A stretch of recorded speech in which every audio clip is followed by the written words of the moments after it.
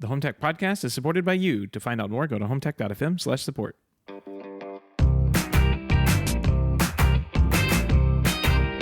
This is the HomeTech podcast for Friday, February 28th from Denver, Colorado. I'm Jason Griffin. And from Sarasota, Florida, I'm Seth Johnson. Jason, what's going on? It's a momentous day today, I understand, in your house. It is. Happy Frozen 2 Day, Jason. Yes. I didn't realize it was a thing. I got to be honest. I asked you if it was available on streaming, and you said no. So what are you going to run out to the store and buy it like a savage? Yeah, well, like a savage, I've already been to the store and bought it. I mean, whatever makes them happy. Little kids, that's right. They like that stuff. So yeah, Frozen 2, it's out. Actually, if you haven't seen it, and I don't suspect that many of our listeners have, but if you like the artwork that goes into making those types of movies, like the cartoon, it's like it's a cartoon, but it's more computer animated stuff. The details in the background scenes are incredible, and like the costuming, the stitches. Yeah. There's one scene that's like in a pumpkin patch that just looks incredibly well drawn and produced. And to the point where they're like they're laying on a blanket or sitting on a blanket, and there's dust like hitting sunlight through the leaves of the tree, just falling out through it's just incredible what they impressive. Can do. Yeah. Yeah. I agree. It's one of the few movies in recent memory for me that I've seen in the theater. We went and saw it when I was down visiting my parents in Arizona, and we went to one of the nice theaters down there where you order food at your seat and all of that. And kids really enjoyed it. I did not realize it was out today. I'm a little bit out of touch apparently, but we'll probably wait for streaming. We've got plenty of other movies going through the obsession cycle here at our house. So we still watch Frozen 1 fairly frequently, but they'll be excited once this one becomes available. Yep, we've been listening to the what my daughter lovingly calls New Frozen soundtrack. So she says, "There you go. You want to listen to the Frozen soundtrack? Yeah, New Frozen." So she gets that, and she's been listening to that and been excited about the movie coming out. So went and got it today. I think streaming comes out like you have to buy. They, of course, want you to buy the old janky Blu-ray /DVD thing first, I guess. But then I think the streaming is going to come out in a couple of weeks or months or something like that. Yeah, so I have to keep an eye out for it. We've got Ralph Breaks the Internet. Oh, that's a good one. Yeah, the latest obsession. So I can live with that. Yeah, there's a lot of good background humor in that only totally. Yeah, that's a good one. All right, well, what do you say we jump in here to some HomeTech headlines? Let's do it.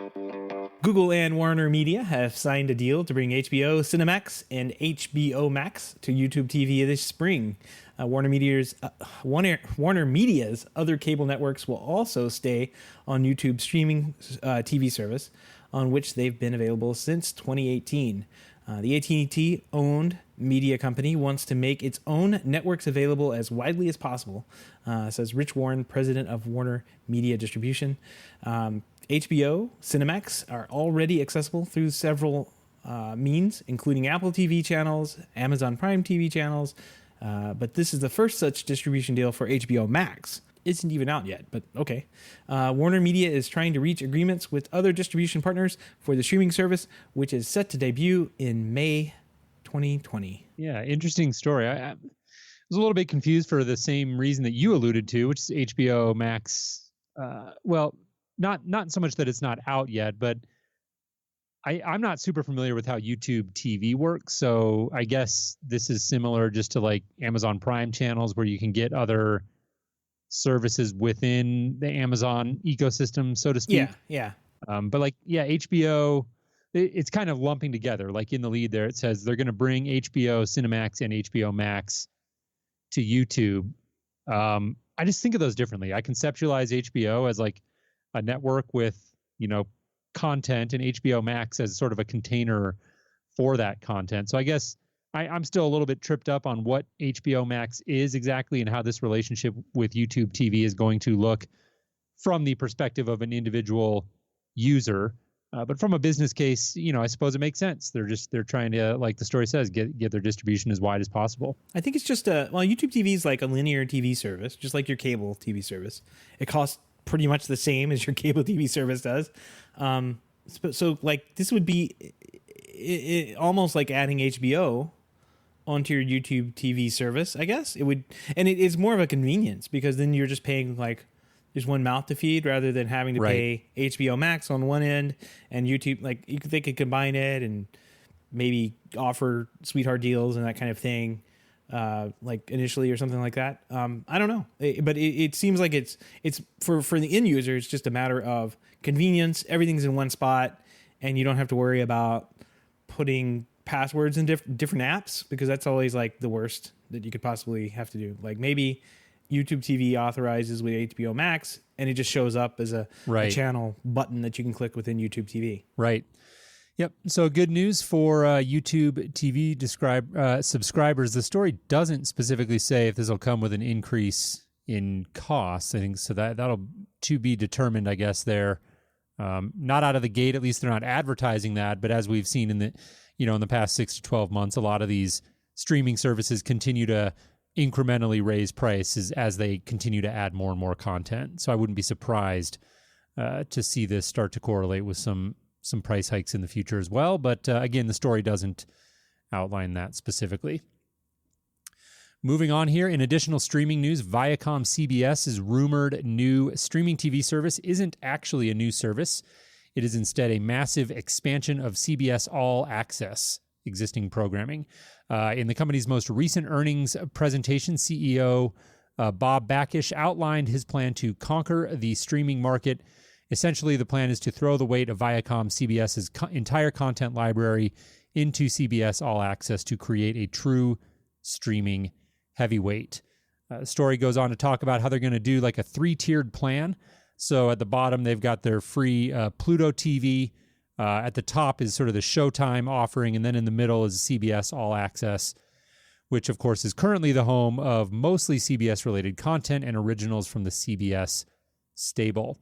Across the next year, the platform is going to broaden to include material from all corners of the Viacom CBS family. Jason, I think by the end of this show, I'm going to do like a crazy wall with like the red string between like different companies. Like a beautiful mind. Yeah, that's the crazy wall. Yeah, exactly. Because I think that's really the only way we're going to figure out this. I mean, this is wild. Okay, so Viacom has CBS All Access, and they're going to make that bigger and have the 3 tiers. Pluto TV, which I like and I have on my. I had no idea that was Viacom CBS. No idea. I just It's a weird app. When I launch it, it has eyeballs on my TV screen. Very strange. And then Showtime, which no one really watches. I mean, I guess it's got a couple of shows like Outlander, I guess, is on there. People like that one. Yeah, we used to like Homeland. Homeland's on there. Yeah. That was a good one. I don't know. It comes and goes.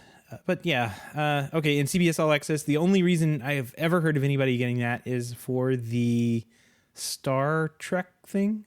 So that's like, I don't know. Very strange. So they're going to dump more stuff into it to make it bigger. It's all very confusing. Prior to the Viacom CBS merger, the story said, remerger, technically, to make it even more confusing. This was not a merger between Viacom and CBS. It was a remerger that, if you recall, ended pretty messily, if memory serves. It was kind of a fiasco. But both companies had streaming platforms of their own prior to the remerger. Viacom had Pluto TV, BET Plus, and Showtime, as well as longstanding partnership with Netflix for Nickelodeon material, whatever that means. And then CBS, meanwhile, had CBS All Access, which, again, you mentioned, home of programming like new Star Trek, The Good Fight, etc. So, I think, basically what this distills down to is in the entire Viacom CBS ecosystem, there's a whole bunch of content. They're going to try to package that up into kind of a 3-tiered offering and, go out like everyone else and try to get as many eyeballs as possible. They said the platform will gain 30,000 episodes of TV as well as up to 1,000 movies. Says it's not clear what will happen to those adjacent services like BET Plus and if it'll be folded into CBS All Access or remain standalone. So lots of questions here still, but Viacom CBS throwing some weight into the streaming game here. Well, I'm sure the next one won't be any more confusing. Comcast announced Tuesday that it's acquiring Xumo. an over-the-top streaming service with paid and ad-supported free tier for both live and on-demand programming. Xumo has about 190 channels. The companies are not disclosing financial terms of the deal, which the Wall Street Journal previously reported was in the works. Comcast says Xumo will operate as an independent business within the Comcast cable unit. So, yeah, more fuel for the fire and more yarn for my crazy wall. Yeah, that's right. Yeah, the story says, "Who the heck is Xumo?" I had the same question. That was me. I wrote that in my our notes. You wrote. Well, the story may as well have said it because we're all thinking it. Yep. Irvine, California-based streaming service was started back in 2011 by MySpace parent company Viant, which is now part of the media conglomerate Meredith Corporation, which owns Entertainment Weekly, People, and dozens of other legacy media brands. So some big conglomerates here. Meredith acquired Viant as part of its 2018 acquisition of Time Incorporated, because if you're still following here, Time thought buying the owner of MySpace a decade after the social network peaked was a good idea. And then Time, I think, or I don't even know. Like, it was all, okay, whatever. Yeah. So try to piece that together. Xumo was started in a partnership between Panasonic and presumably so the two companies could slap the Xumo logo on smart TVs in hopes that anyone would click on it and maybe sign up. Eventually, LG and Vizio began shipping Xumo on their smart TVs as well. And the company's offerings grew to 190 channels and effectively bundled live and on-demand programming in a way that is supposed to bridge cable with Netflix. And Xumo last announced in spring 2019 they had 5.5 million monthly active users. Doesn't say whether they're paid or free, but 5.5 million people using a service I've never even heard of. Yeah, interesting. So the big question is why here? Unknown, according to the story, what they're going to do with the property, what Comcast is going to do with Xumo. This offering is similar to Vudu or Pluto, depending on how you look at the service. Pluto, apparently 22 million monthly active users, reported earlier this month. 75% jump from a year ago. So there really are just so many of these things that it is getting virtually impossible to keep track of them all. But who knows? Hard to speculate what Comcast's exact motivation is here. Financial details, I think you said earlier, Seth, were not released. Yeah, they're not disclosing financial terms. So 100% speculation, but sometimes that can indicate that this was sort of an opportunistic acquisition. Maybe Xumo wasn't doing so well and got bought for pretty cheap. And a lot of times, if it's a bigger deal, companies are more likely to sort of scream it from the rooftops, I feel like. Again, that's 100% speculation. Who knows? But what's weird is it's like says that it's part of Comcast cable, the cable business, not one of the other Comcast properties that would presumably like NBCUniversal has streaming services. They have Peacock coming up, so like I could see them snatching up a service like this and either rolling it into Peacock or kind of putting it out side by side. Maybe like CBS Viacom's doing with their like 3-tiered deal. I don't know. But this is Comcast, a big player in the industry. Like, I think the way this reads is like, if this is going to be a separate service, it may just kind of like appear underneath on Xfinity boxes, maybe. Like if you have the Comcast Xfinity service, it might be for that. I don't know. Right. It's very strange. Well, to make matters even more confusing, our next headline here, Comcast-owned media company NBCUniversal is in, quote, advanced talks, end quote, to acquire Vudu from Walmart, according to the Wall Street Journal. With only a few months left until the launch of NBCUniversal's new streaming platform called Peacock, the company's interest in another streaming service may seem curious. However, the company may simply be using the same tactic employed by many other media firms in an effort to better compete with big players like Netflix, one that entails tacking ad-supported platforms onto their business. Story goes on to say Wall Street Journal says Vudu would complement Peacock if the sale goes through. Its online movie rental service would support Fandango, NBCUniversal's movie ticketing and rental business. Peacock would set users back $10 a month for the ad-free tier and $5 for the ad-supported one. Vudu doesn't have a subscription fee It has shows users can stream at no cost, but they can also pay for movies and series not available for free.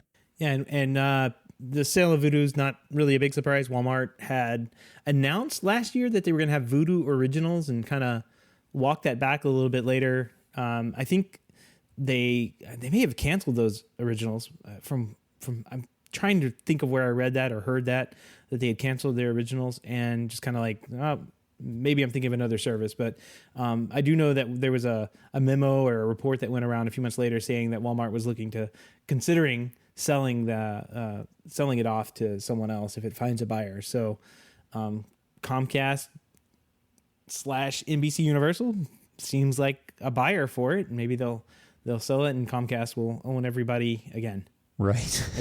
I mean, wow, there's like, what's confusing about, I think more about all of this is there are like some well-established players. Like Netflix is kind of their own thing. Nobody really owns Netflix. Netflix has like their own studios and content stuff that they generate in-house. But like Comcast has NBCUniversal. They have Comcast themselves, like, and then they have the cable. They have a bunch of other stuff, and then you have CBS over there doing their own thing.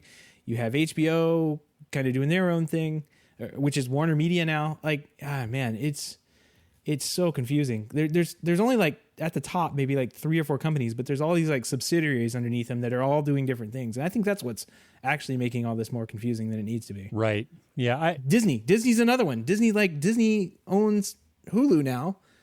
And Disney Plus, of course. Like, there's another 4th one that I guess that we can add to the pile. I agree. It is all very confusing, and trying to keep track of who owns what is, I think, kind of an exercise in futility for most people. Most of us don't necessarily need to understand all of that landscape. Even just trying to keep track of what streaming offerings are available now, and which ones are going to be the best fit, as we've talked about for months and months now, is getting increasingly difficult. So it is just interesting. Comcast, so Xumo and Vudu, both, again, depending on how you look at it, kind of similar offerings. Lots of questions about what they're going to do with those platforms specifically. But gosh, it just continues, Seth. 2 years now or more, we've been talking about how crazy the streaming landscape is and how hard it's getting to keep track of. And then every new year comes and it makes the year before look like, it was kind of stagnant. So where does it end? I mean, eventually it's got to slow down. Yeah. Rashid's posting show art in our Slack channel over there. He's got the guy trying to do math on his fingers and looking confused. And then like another guy like just giving up, which is that second photo is me right now. That's right. Just giving up. Yeah. I'm looking at images here. Red thread boards. These are the ones with all the pictures and everything. The detectives try to. Crazy walls. Yeah. There's a whole Tumblr with crazy walls. I'll try and find it. Crazy walls. Yeah. That's. Oh, you're definitely going to need one soon. Crazywalls.tumblr.com. Good stuff. And they've got all the crazy walls from every TV show. If they find one, they put one in there. There they are, crazy walls. Love it. Well, let's move on to some non-streaming related news. Indeed. Well, hey, I guess it could be, depending on how you look at it. A scheduled storage server software update that didn't go as intended caused a 17-hour outage for Nest cameras, according to parent company Google. The outage affected the Nest Cam, its indoor and outdoor Nest Cam IQ cameras, Nest Hello doorbells, and the Nest Hub Max display, 9 to 5 Google reports. During the outage, which started around noon Pacific time on Monday, users couldn't record video or see live streams. They rolled out a fix, and most camera services should be working now. Unfortunately, video history wasn't collected during this time, and you won't be able to go back in time and see what happened while the servers were turned off. Wow, I can't laugh too much at this. Like I know exactly how this feels.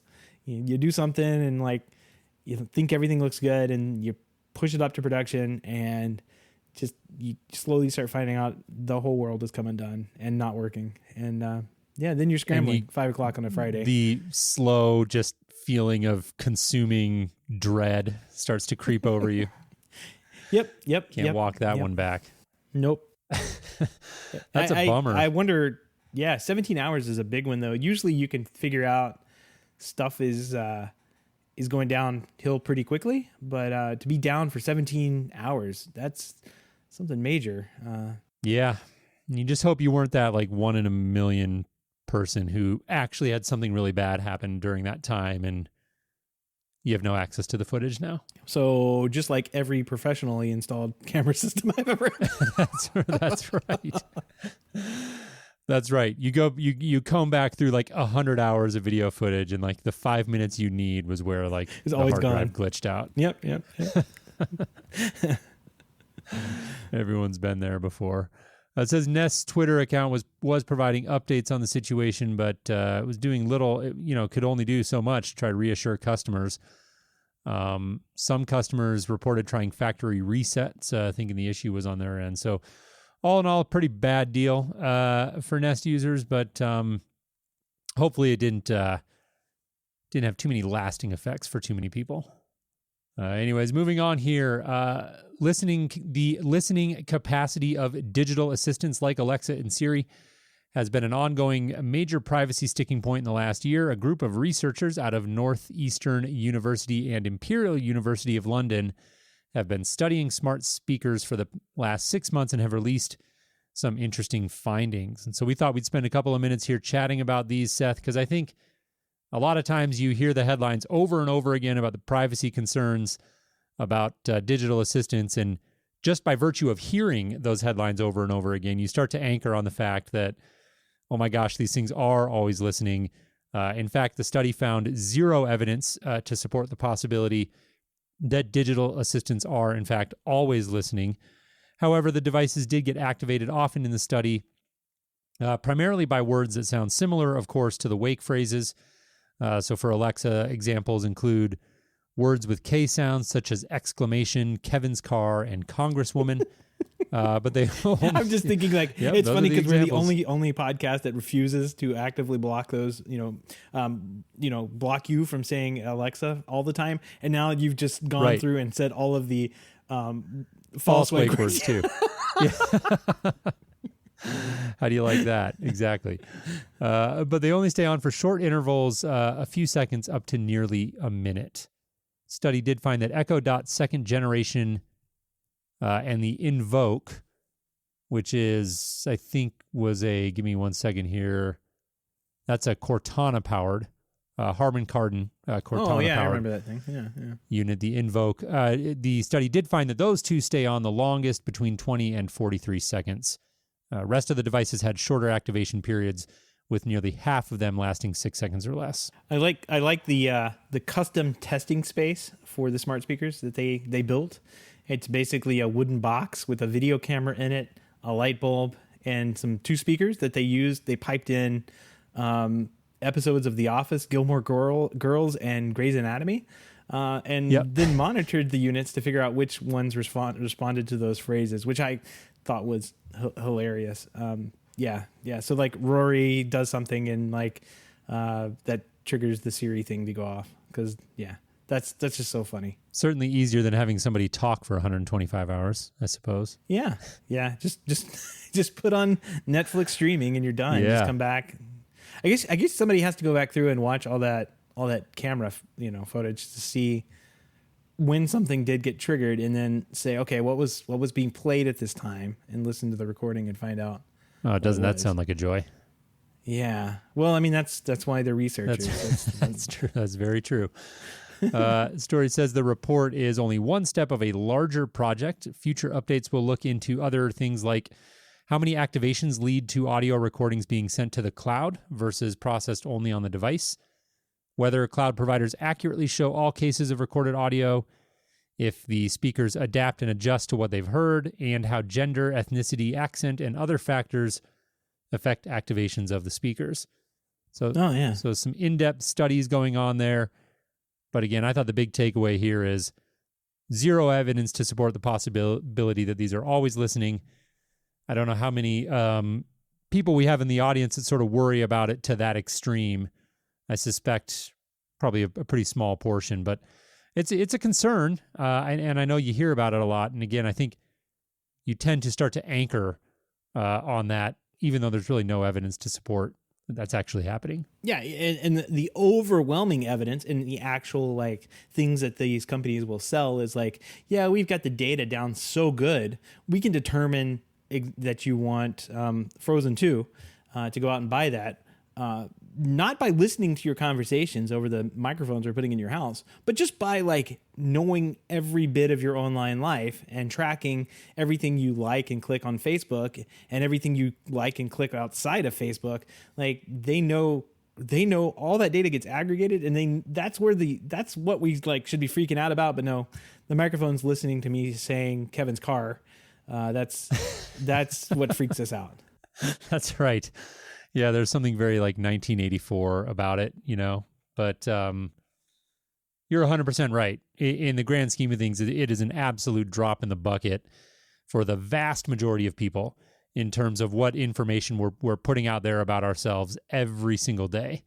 And if you're really worried about data privacy, your echo in the kitchen is probably not the thing you need to be looking at. Yeah, and I do think like research like this is important to finally put a nail in the coffin here, maybe. But like, it's not this knowing this, and I mean, common sense would have told you that this is how it worked anyway. Like, there's just no practical way that they could stream 24 hours a day, 7 days a week from millions of homes out. Like, there's just not enough server space or bandwidth in the world, and you would notice that on your Comcast bill, and like, this makes so like.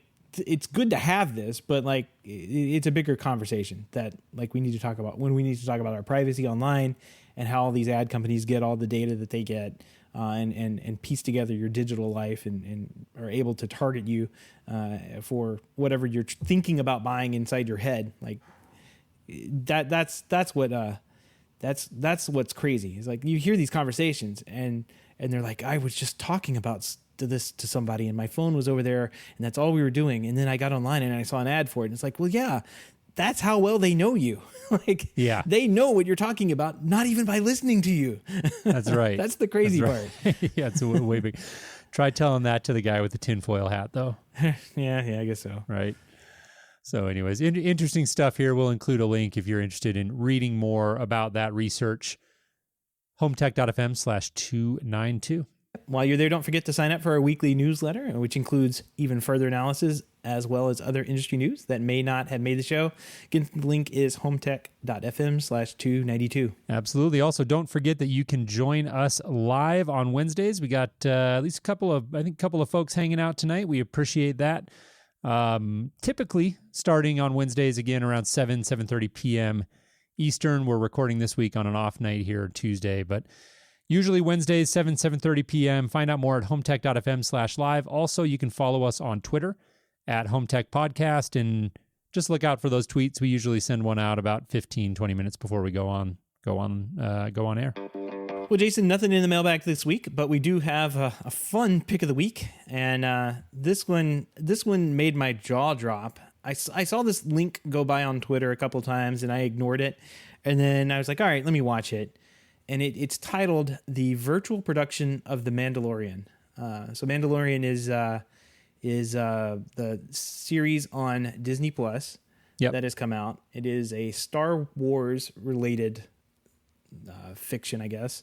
And I've seen memes and stuff come out of it, but this is the first time I've seen anything that has to do with the technology behind putting together a movie quality TV show. For the small screen and streaming services. And what they did blew my mind. Absolutely blew my mind. Yeah, this was pretty cool. I have to admit, I have not watched The Mandalorian, but I suspected, just based on what it is and what I know about it, that the production would probably be really high quality. And you sent this over to me before the show tonight, and I took a look at it, and it's just amazing how far technology has come, because it's a little bit hard to describe. Again, the podcast isn't always the best medium for stuff like this, but it's basically you got this giant space. I think they said it was 21 feet tall by like 75 feet wide, and I don't know how many feet deep, but this is a giant three-dimensional space that you can go into. And the way I understand it is they can take these computer rendered backdrops. So you see a scene where it looks like they're on this very exotic, like red planet with huge rock walls and things like that. And they're able to project that right up onto the screen, up onto the room, so that the actors in there are actually like immersed in this environment as they're filming, versus maybe just like a green screen or something like that. And they're able to make these environments fully 3D and film within there. And gosh, you just got to imagine the technology has to be really expensive to set up. But once you're set up, sky's the limit with what you can do with these things. You don't have to travel. You can customize all of your backdrops and everything. It's a pretty cool video. I'm not doing it justice here. You got to go check out this video. It's a 270-degree semicircular LED wall and then a ceiling that covers the top of it.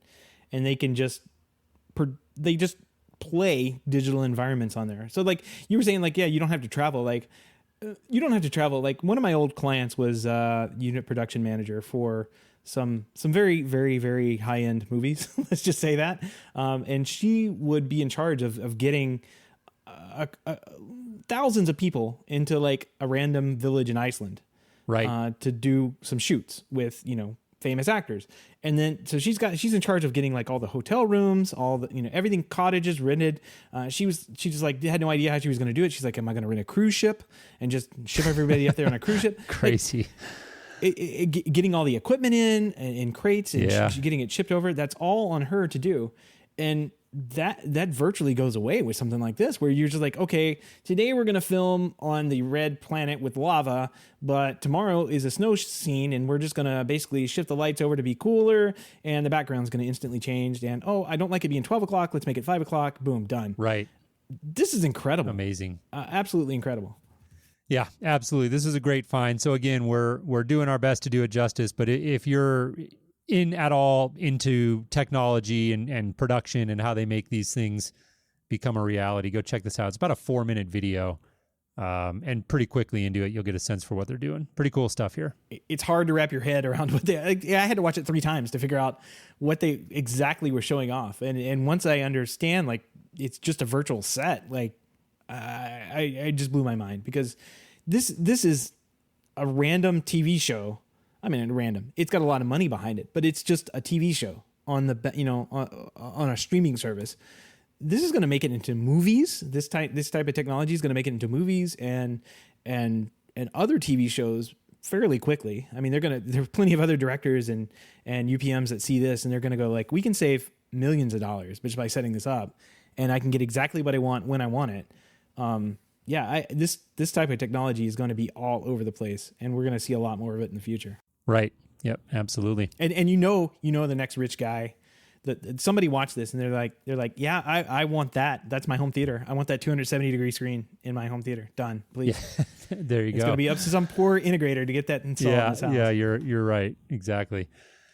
Cool. Well, good find on that one. If you're listening and you have any feedback, questions, comments, picks of the week, or ideas for a show topic or guest, please give us a shout. Our email address is feedback@HomeTech.fm. Once again, that is feedback@HomeTech.fm, or visit HomeTech.fm/feedback and fill out the online form.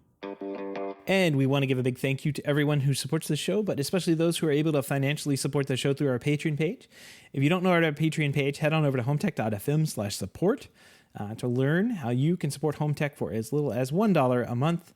Any pledge over $5 a month gets you a big shout out on the show, but every pledge gets you an invite to our private Slack chat, The Hub, where you and other insiders and supporters of the show can gather every day for inside baseball conversations about, I'm trying to see what we were talking about. We were talking about lighting, low voltage downlighting. That was a big thread there for a while that Richard and James were going back and forth on. So yeah, good information that was in that one. Yeah, good stuff. All things home technology. So it goes on a lot of different directions, and I know the community is really a great community and really knowledgeable, smart, fun people in there. Questions get answered. Always engaging. Exactly. Yeah. So total steal for $1 a month. Again, that's HomeTech.fm/support. Worth it for that alone, but definitely appreciate everybody who's gone ahead and done that over the years. If you're looking for other ways to support the show, we would love if you would take a few minutes to leave a review on iTunes or in your podcast app of choice. Those reviews definitely help more people find the show. So if you find value in the podcast or enjoy what we do here, please take a minute to leave a review and tell a friend while you're at it. Well, Jason, that wraps up the show for this week. I am going to head back in. I hear the songs from Frozen 2 wrapping up in there, so I'm going to go see what I can catch towards the end here. I'm going to go buy more red yarn. Definitely going to need that. Oh my gosh. I'm running low. You can buy, I'm going to need a stiff drink. Exactly. Red yarn and a stiff drink. Yeah. There you go. All right. Well, we'll let you go and hope you have a great weekend, and we'll look forward to reconnecting with you again next week. Thanks for tuning in, everyone. All right. Talk to you next week. Take care, Seth.